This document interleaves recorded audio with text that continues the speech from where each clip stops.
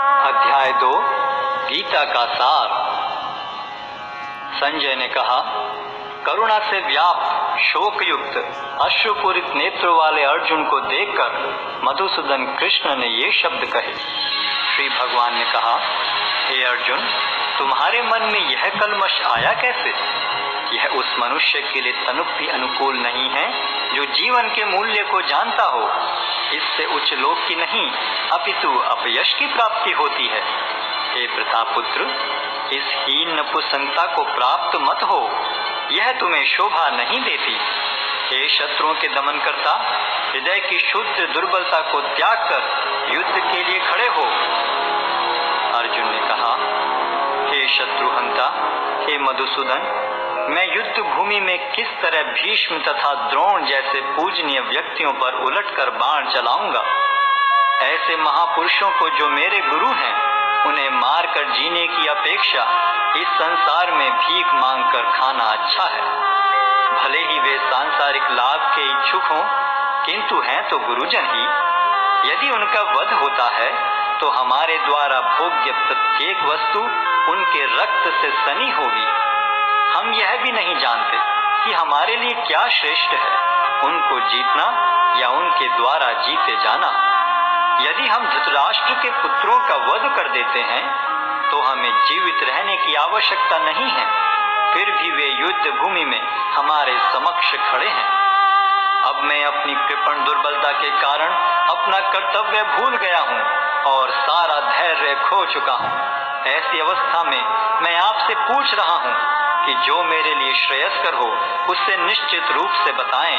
अब मैं आपका शिष्य हूँ और आपका शरणागत हूँ, कृपया मुझे उपदेश दें। मुझे ऐसा कोई साधन नहीं दिखता जो मेरी इंद्रियों को सुखाने वाले इस शोक को दूर कर सके।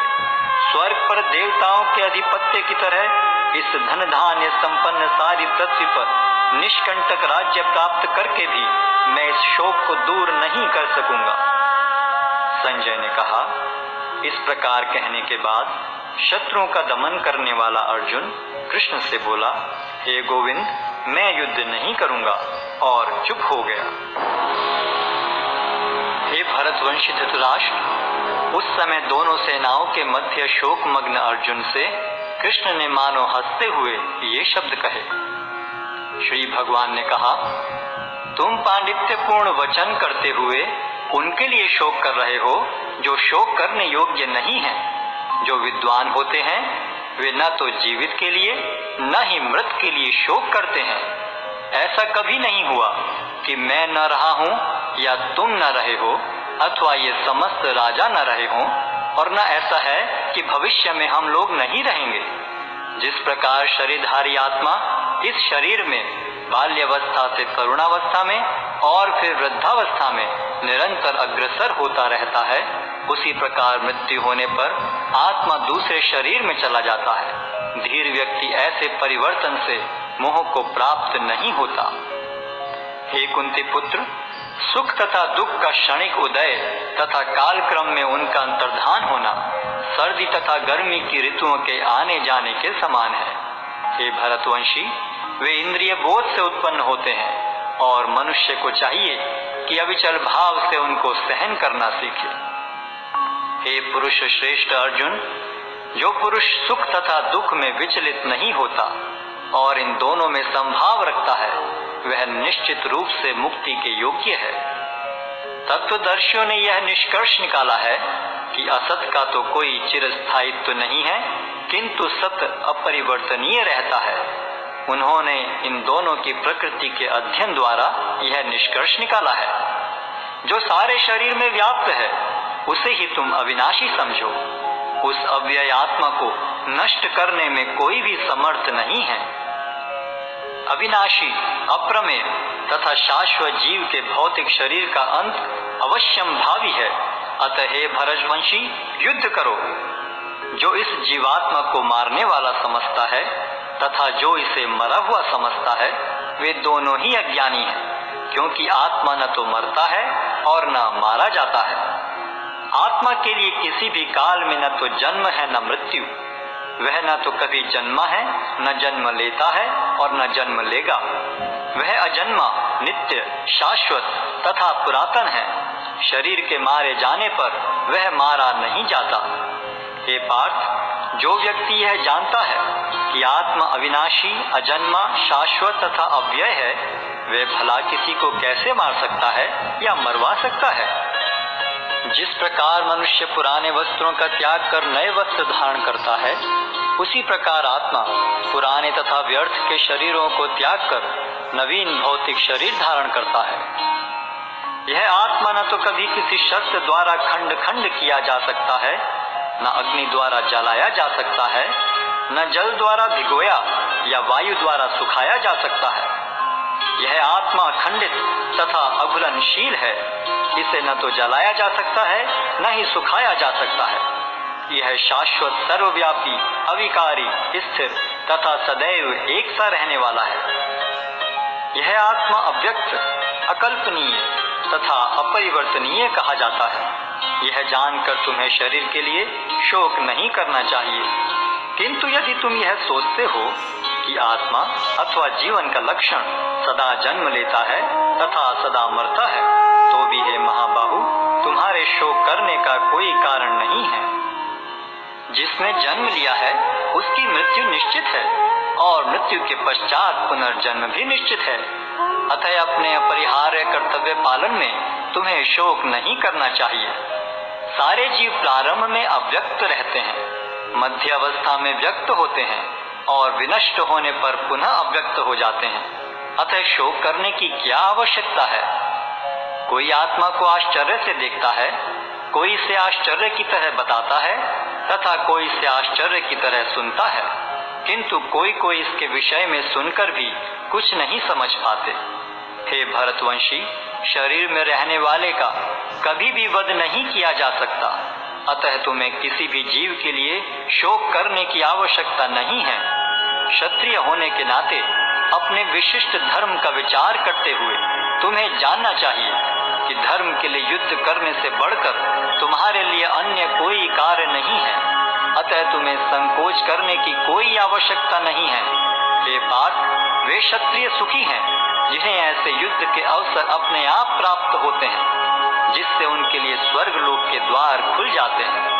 किंतु यदि तुम युद्ध करने के स्वधर्म को संपन्न नहीं करते, तो तुम्हें निश्चित रूप से अपने कर्तव्य की उपेक्षा करने का पाप लगेगा और तुम योद्धा के रूप में भी अपना यश खो दोगे।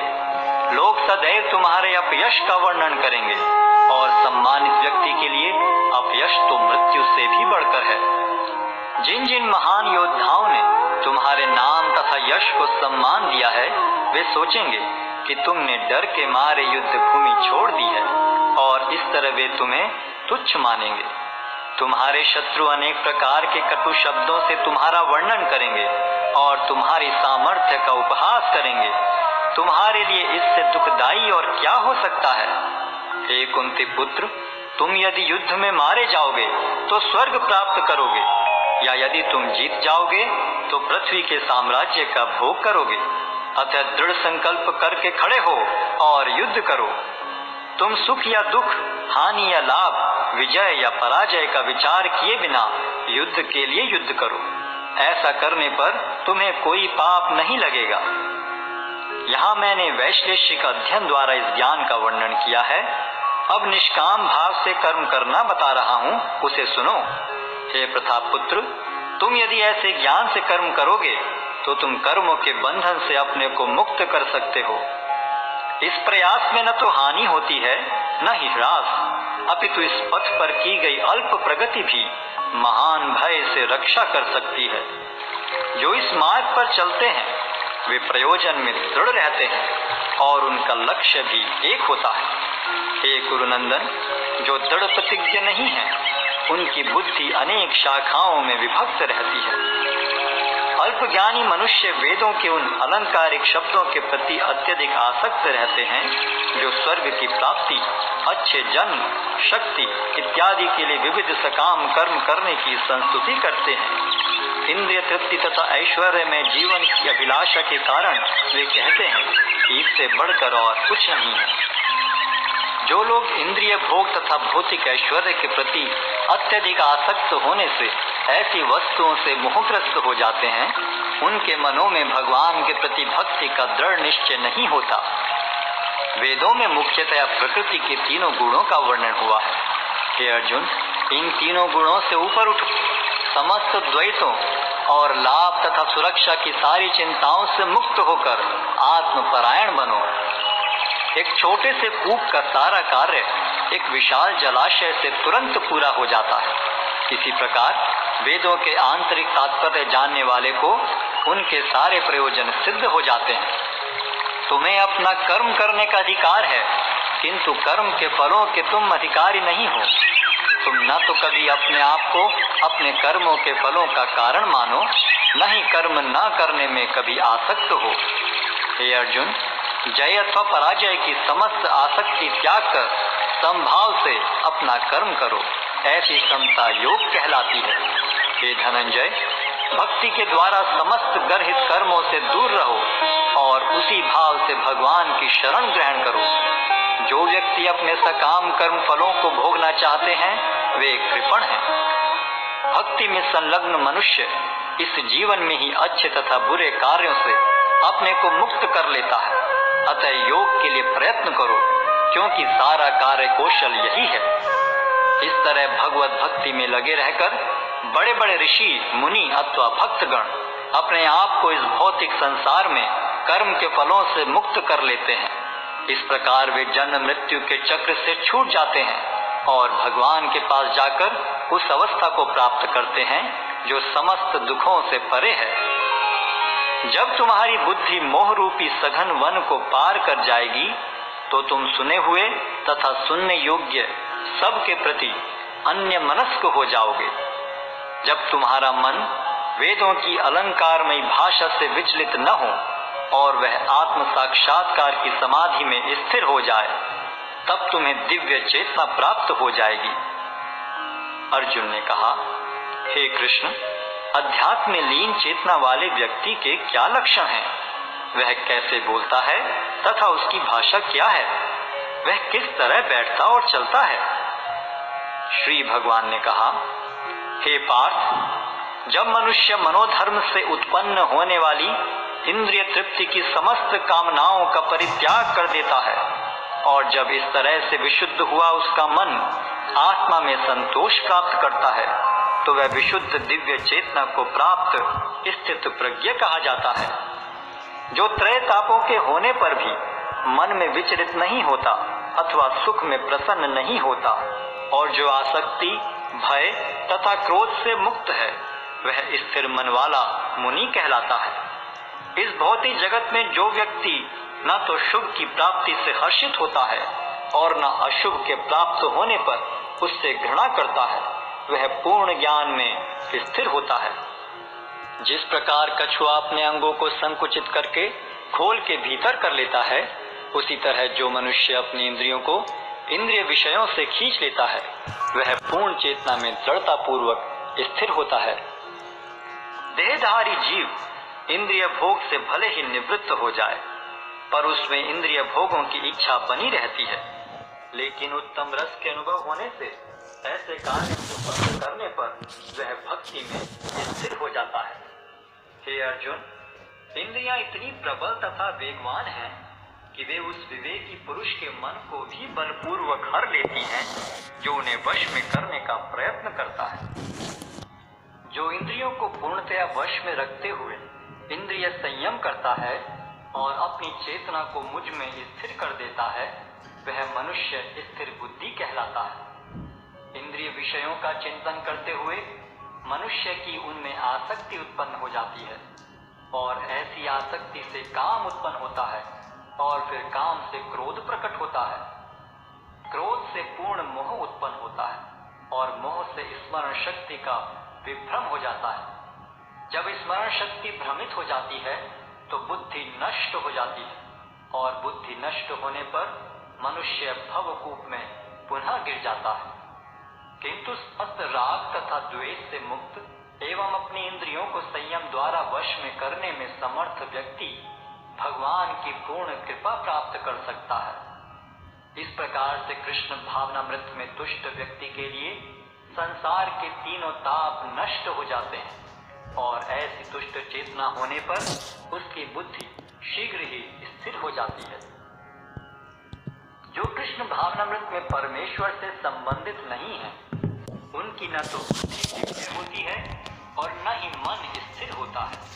जिसके बिना शांति की कोई संभावना नहीं है, शांति के बिना सुख हो भी कैसे सकता है।